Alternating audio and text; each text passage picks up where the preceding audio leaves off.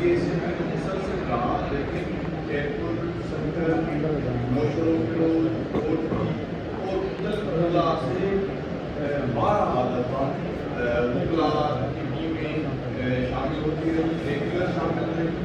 जब धरना दिया गया, किया गया एहतजाज, तब भी उस वक्त भी मुगला मौजूद थे। वो खासतौर पर वहाँ पर गजन पर जब एडवोकेट के वकील दोस्त थी, उनको घसीटा गया था। जाफर अली शाह साहब मेजबान की हैसियत में वहाँ पर उस वक्त भी मौजूद थे। यहाँ पर जब आंधी और तूफान आया और पुलिस ने धावा बोला और हमारे सीनियर डॉक्टर साहब ने गिरफ्तार किया, घसीटा वो पारस को, तो वहाँ पर एडवोकेट बयास कमीशन मौजूद थे, एडवोकेट सजाद सोलनी साहब मौजूद थे, हमारे उनका दोस्त हर जगह मौजूद थे।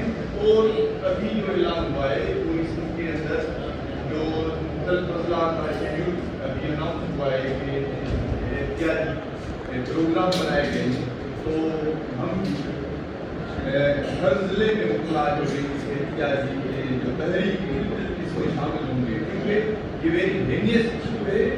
जब एक इंसानी जान ज़ाया होती है, गुम होती है, तो ये पूरी इंसानियत का मामला बन जाता है। और इसकी इतनी संजीदा इशू पे ये जिस तरह हुकूमत ने लापरवाही इख्तियार की है, उनका मामला बनता है। कानून है, सजाएं मौजूद नहीं और ना मौजूद है, फिर भी ये मुकम्मल तौर पर मुजरमानी गिफ्ट अख्तियार कर रहे हैं।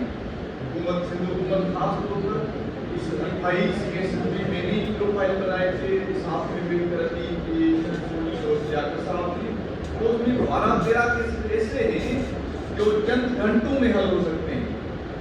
तमाम वसाइल मौजूद हैं, तमाम ज़राइल मौजूद हैं, उनके पास बजट मौजूद है, आसानी से उन अगवाकार तक पहुँच सकते हैं।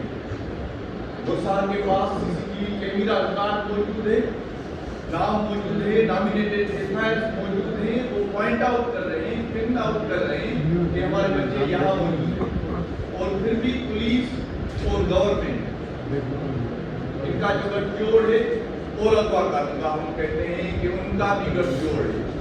इस वजह से हमारे बच्चे जो है वो बाजियाब नहीं हो रहे। सारी सिंध में गैर यकीनी सूरत बनी हुई है, लाकानूनियत है, खासतौर पर चाइल्ड ट्रैफिकिंग के हवाले से जो परेशानी लाहा की सारी सिंध के अंदर, पूरे मुल्क के अंदर। तो ये मामला हुकूमत के लिए इंतहाई संजीदा है। जितना मामला संजीदा है, इन्होंने उतनी हिफाजत बरती हुई है। IG साहब के अख्तियार में है और उनकी ड्यूटी है कि जान और माल का तहफ़्फ़ुज़ करना इस रियासत की अवलीन जिम्मेवारी है, जिम्मेदारी है, और ये अपनी जिम्मेदारी में मुकम्मल तौर पर फेल रहे हैं। हम फिर भी उनसे ही गुजारिश करेंगे, उनसे ही मुतालबात करेंगे।